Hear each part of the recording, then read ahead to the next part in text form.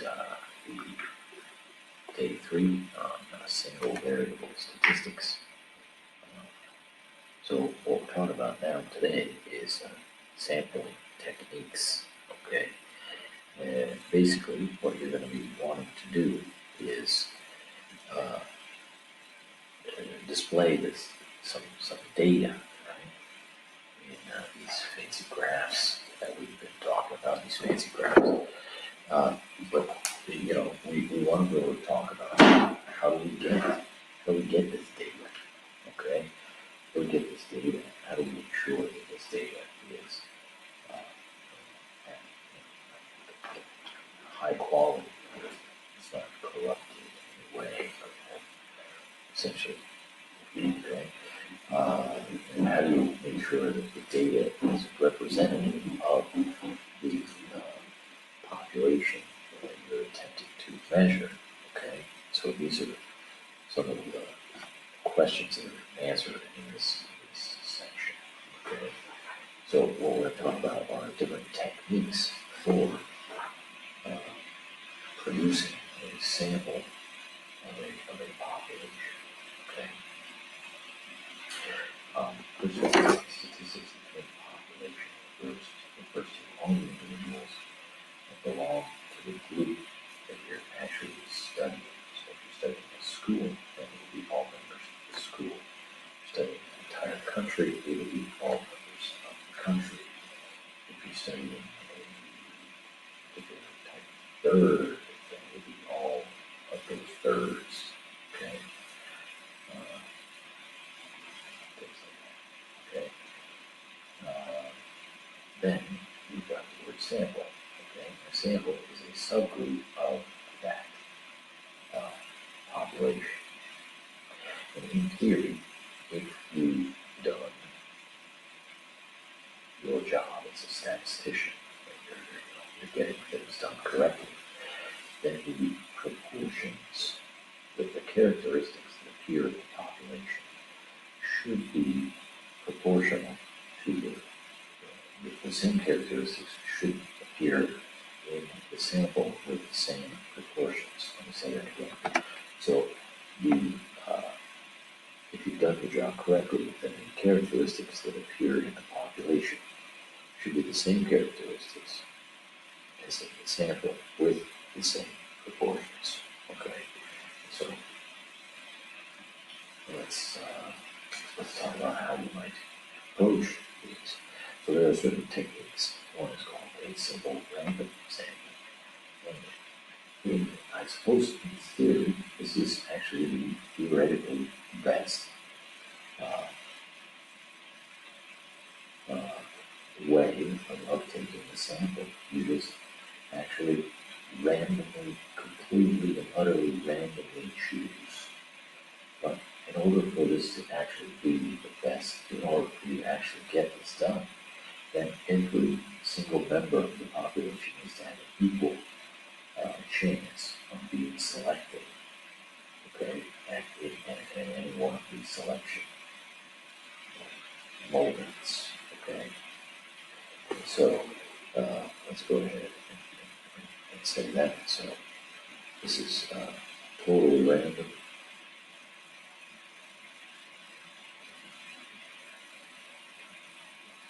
And its key is that all members of the population have an equal chance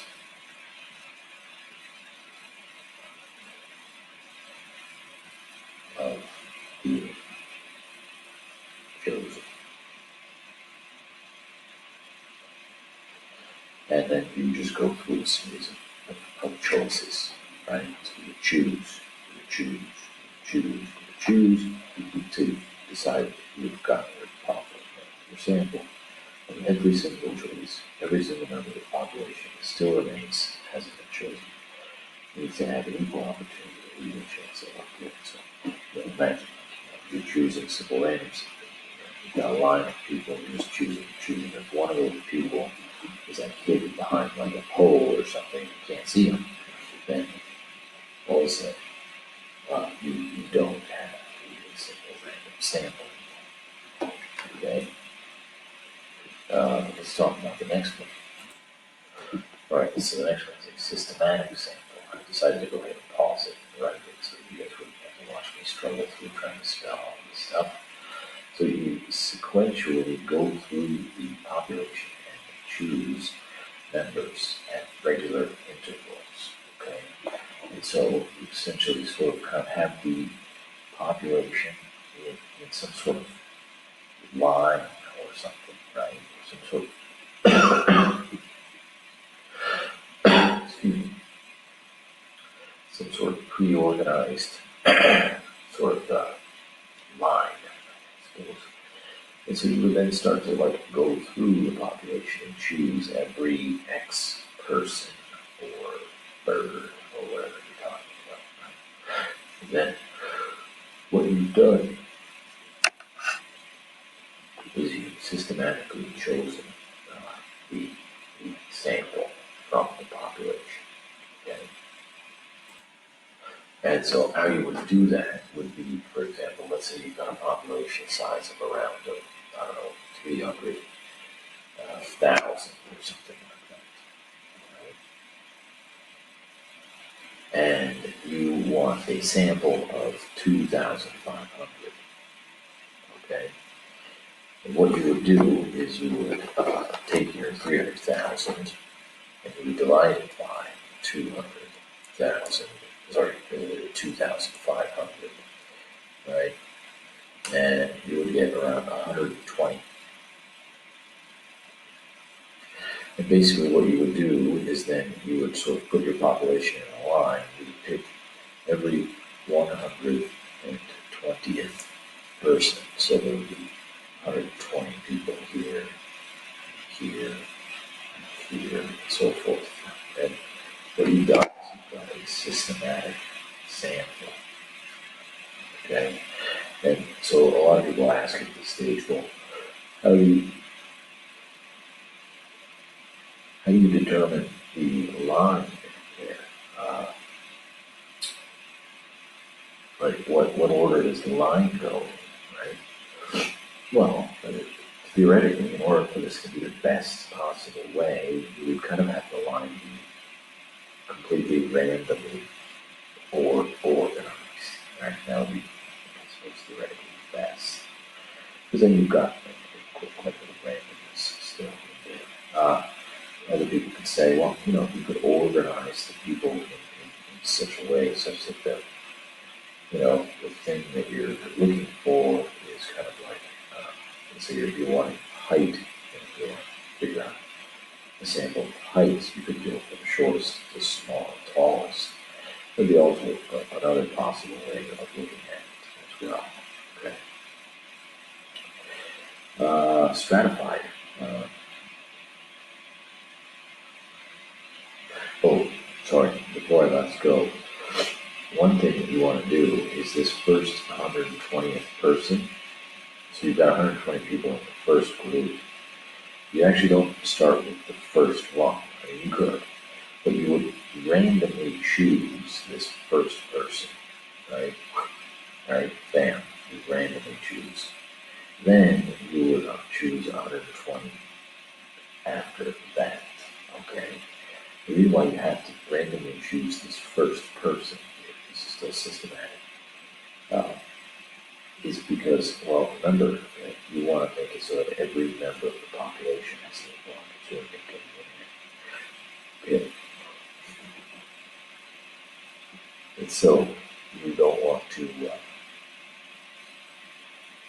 alienate. You don't want to always just pick the first person because then, for example, all of these, if I pick the first person, then all of these people, this first 120 people would have no opportunity to ever get into the sample size. They're into the sample. All right, let's talk about stratifying a sample. And also, if you write down the definition for you. So a stratified sample has the same proportions as the strata of the population. Well, what are the strata of the population? Well, strata are defined as common characteristics that are shared throughout the population. Those characteristics could be anything really. It could be gender, right? So you could, so everybody in the population has these characteristics, and certain people share an aspect of that characteristic with other members of the population. Another one would be age groups, right? So, or another would be education level, okay? Those are different strata. If you're talking about maybe sports teams or something, you're talking about the position that somebody plays on a sports team, different things like that. So now, how do you stratify a sample? Well, let's say that you've got a population of maybe 600 people, and let's just pick the easy starting classic example, and let's say that 200 are males and 400 are females. Then in your sample, let's say you now have a sample of, let's say you want to go to sample of 10, okay? Then basically, notice how you have a lot less males than females. Then you need to have a lot less males than females in your sample over here. And so you would say, well, I don't need to do like 3, okay? And I'll do like 6. And that's perfect, because then notice that in your population, there's twice as many females as males. And in your sample, there's twice as many females as males. And that's actually perfect. Now notice, I was trying to get a sample of 10, but I only achieved a sample of 9. So that's another decision that you have to make here is, well, if I wanted to get a sample of 10, but the perfect proportions make it so that I actually get a sample of 9, would I rather get a sample of 9 and preserve the proportions, or do I really need a sample of 10? Those are decisions that you have to make there when making a stratified sample. Okay. Let's look at the next one. All right, next one is a cluster sampling technique. So if certain pre-built groups are likely to, I should say all, are likely to be representative of the population. There's no reason, I don't know why I changed from and through and then I did. So if certain pre-built groups are likely to be representative of the population, you can randomly choose 1 or 2 of these pre-built groups. And these little groups or checkmarks sometimes referred to as clusters. Okay, so let's say your population is, I don't know, employees at Amazon warehouses. Okay, well, it turns out that Amazon warehouses are already sort of pre-clustered in these little pre-built groups. So you've got one Amazon warehouse in maybe New York, you've got an Amazon warehouse in like Chicago, and one in Toronto, one in West Virginia, things like that, right? So you've got all these Amazon warehouses. Well, they're conveniently pre-clustered into groups that are representative of the entire population. Okay, and if you can be reasonably sure that every one of the warehouses are more or less equal in characteristics, then people say that it's fairly safe to just go and choose 1 or 2 full warehouses, and you can get a pretty good idea on how all of the warehouses fit into your statistics, okay? So as a result, you've got basically a cluster sample there. Okay? Let's look at the next one, which is the multi-stage sample.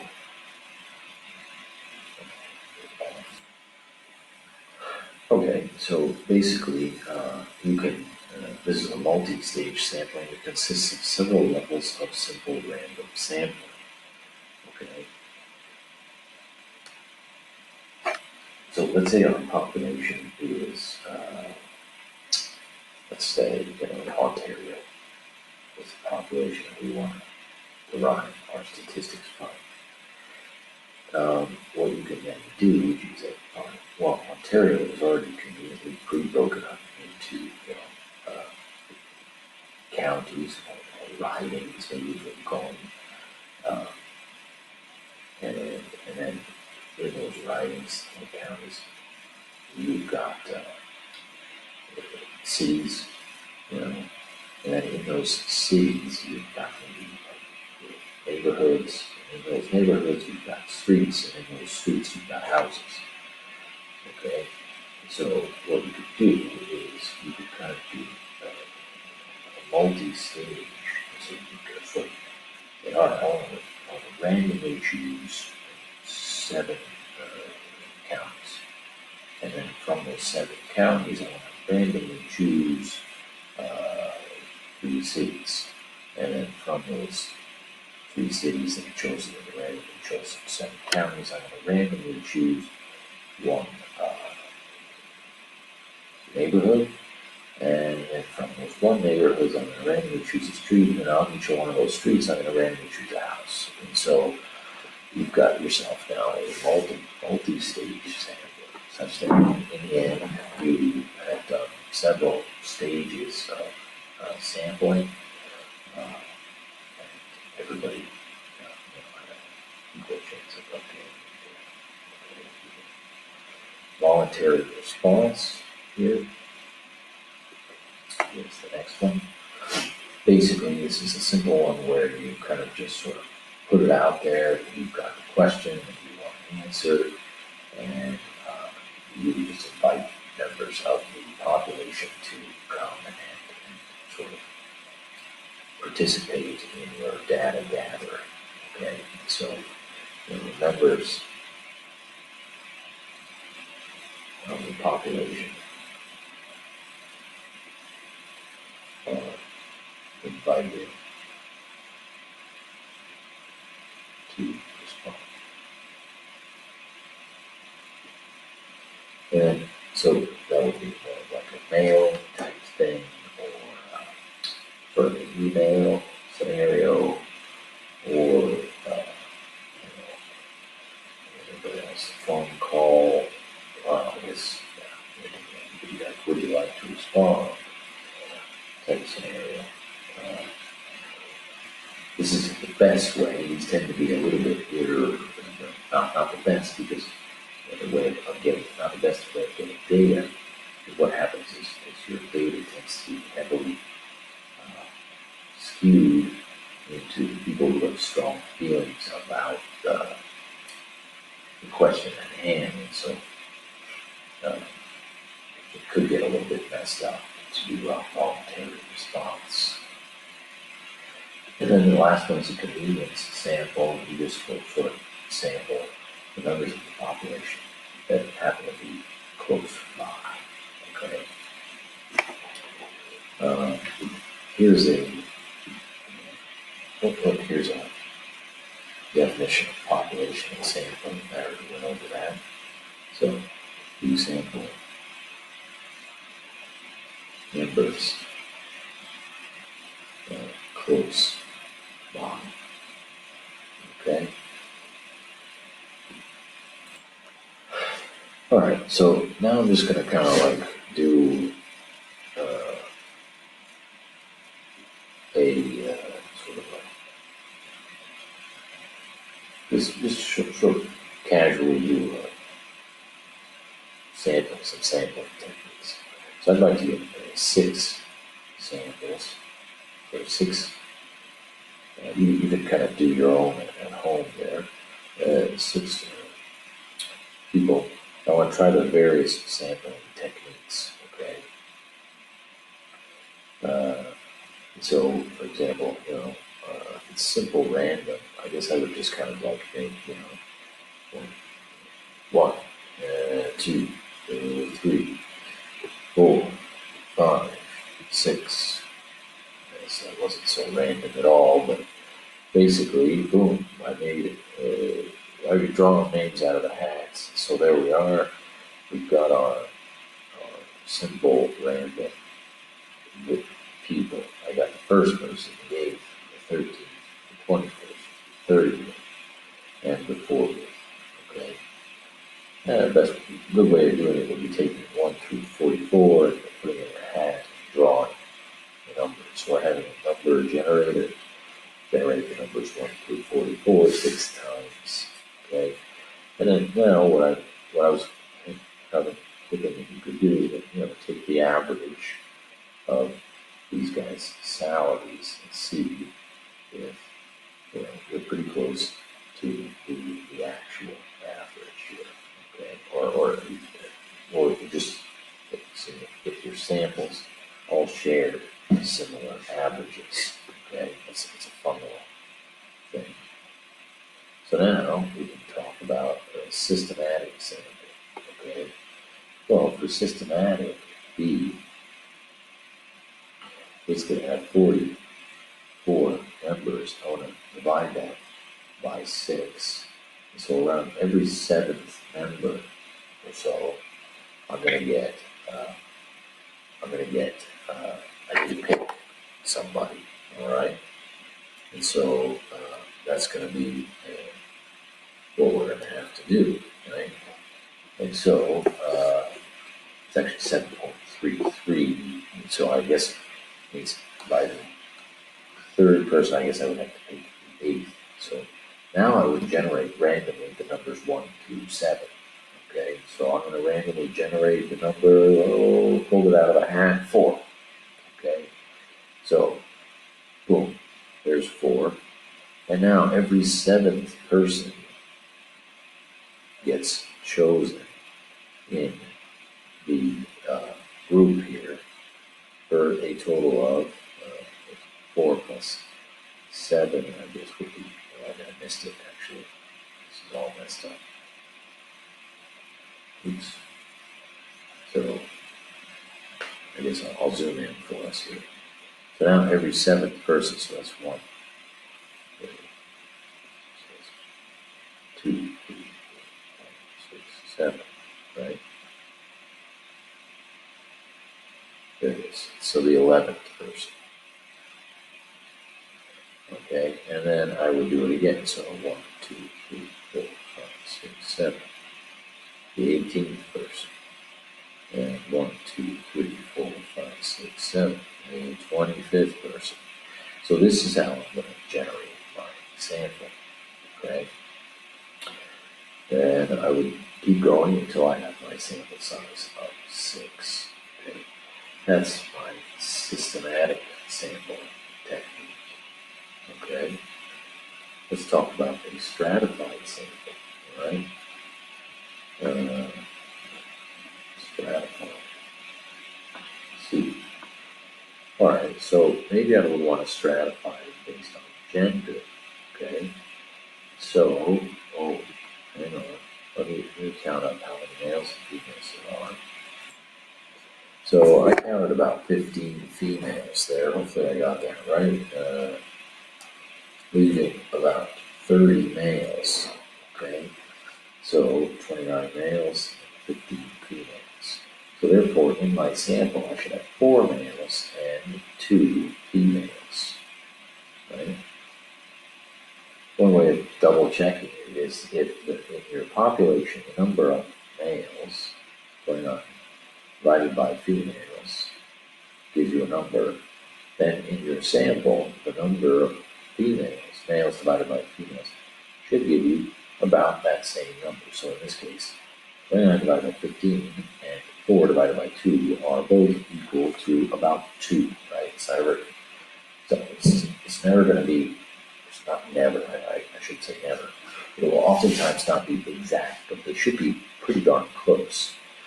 So now, basically, what I would do is I would, in a way, kind of make sure that I get 4 males and 2 females in my sample. So now what I would do is I guess I would sort of gather up all the females, and I could then systematically sample 2 of the females, or I could just do a simple random choice. I'm just going to randomly choose 1, 2. So there's a female, and there's another. Okay, and then I just got to make sure I get 4 males as well. So I would maybe randomly choose the 4 males here. So 1, 2, 3, 4.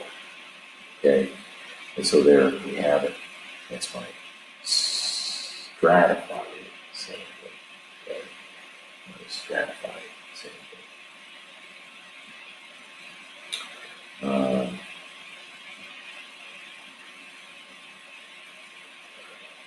Now,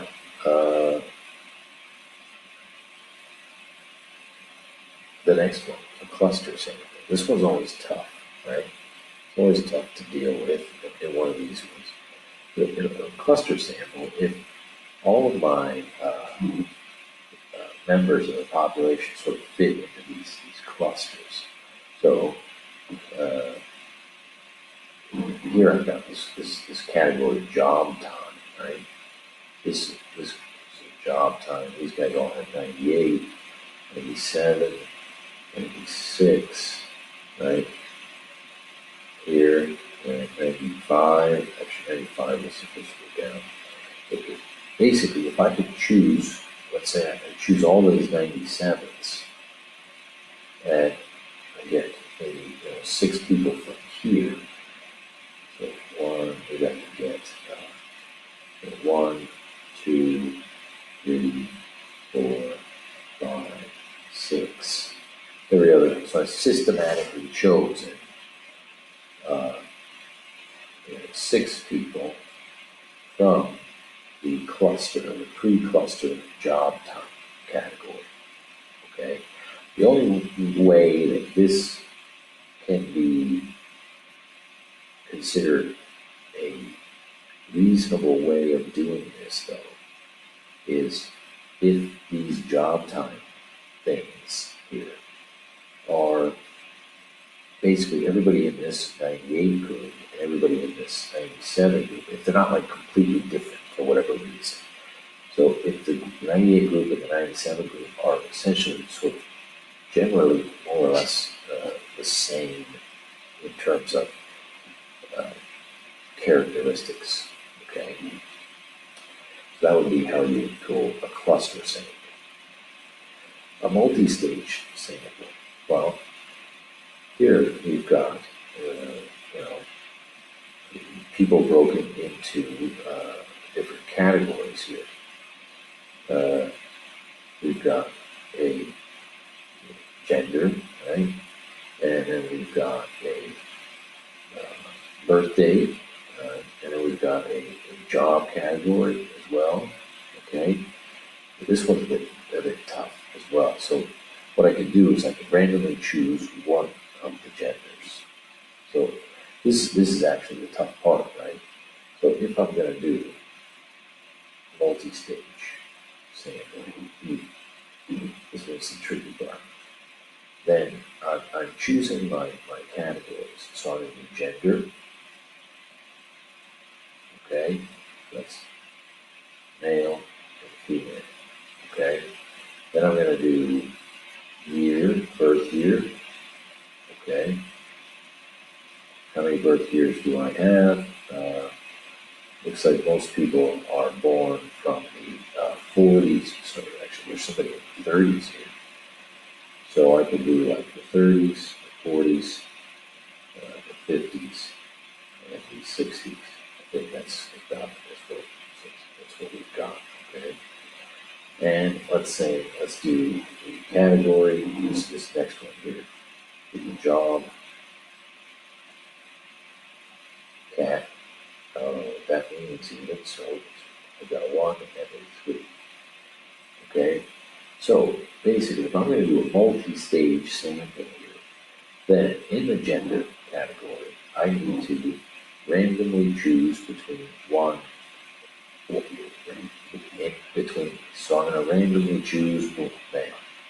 Then I'm going to randomly choose in the next stage, which would be year.